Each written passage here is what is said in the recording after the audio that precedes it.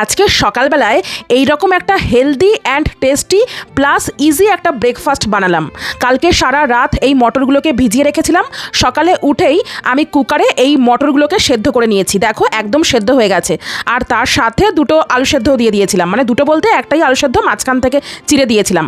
আর আলুগুলোকে সেদ্ধ হওয়ার পরই আমি কুচি কুচি করলাম, কারণ কুচি কুচি করে সেদ্ধ করলে না আলু পুরো ঘেটে যায়। আর এই আলুগুলো খুব ভালো এনেছে এইবারে, খুব নরম, 5 মিনিটেই গোটা আলু সেদ্ধ হয়ে যায়, এত ভালো কোয়ালিটি। তো এই আলু সেদ্ধ আর মটর সেদ্ধটাকে একসঙ্গে করে এইবারে মাখবো। প্রথমেই দিলাম সিজনিং সল্ট, তারপরে দেবো গোলমরিচ, তারপরে বিট নুন, দুটো কাঁচা লঙ্কা আর চাট মশলা আর লেবু। ব্যাস এই দিয়েই পুরো এই মটর আর আলুটাকে সেদ্ধ অবস্থায় মেখে নিয়েছিলাম।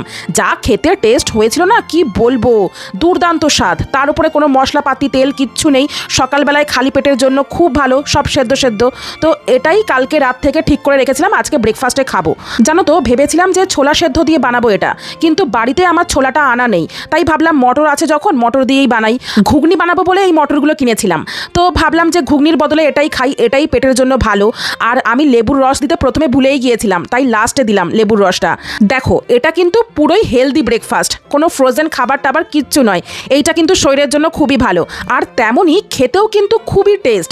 একটা চটপটা স্বাদ লাগছিল খাওয়ার সময়, মানে যেমন টক তেমন ঝাল তেমন মিষ্টি। লঙ্কাগুলো তো খুব ঝাল ছিল। আমার না প্রতিদিন সকালে ঘুম থেকে ওঠার পর ব্রেনটা প্রসেসিং হতে কিছুক্ষণ টাইম লেগে যায়, তখন খুবই ল্যাদ লাগে। সেই টাইমে এইরকম একটা ইজি ব্রেকফাস্ট পেলে কিন্তু খুবই ভালো লাগে। তোমরাও কিন্তু ট্রাই করতেই পারো, পেটও কিন্তু অনেকক্ষণ ভরা থাকে এটা খেলে।